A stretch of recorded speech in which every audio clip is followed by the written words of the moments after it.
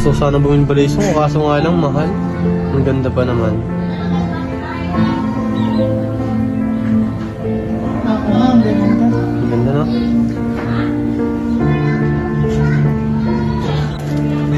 Ano ba yung tinitingnan mo? Balisong, gusto ko bumili. Balisong. Oh, ito. Ano yan? Tingnan mo. Ay, balisong, thank you. Yeah.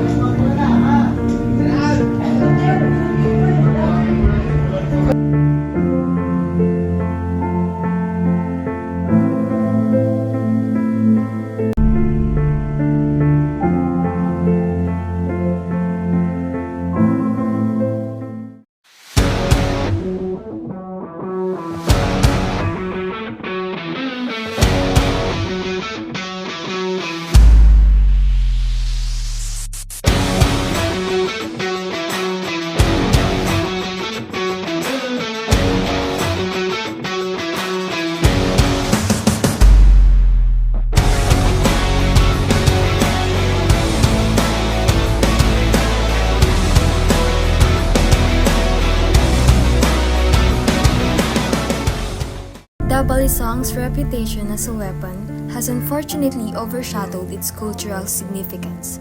However, in Batangas, it remains a symbol of local pride and craftsmanship.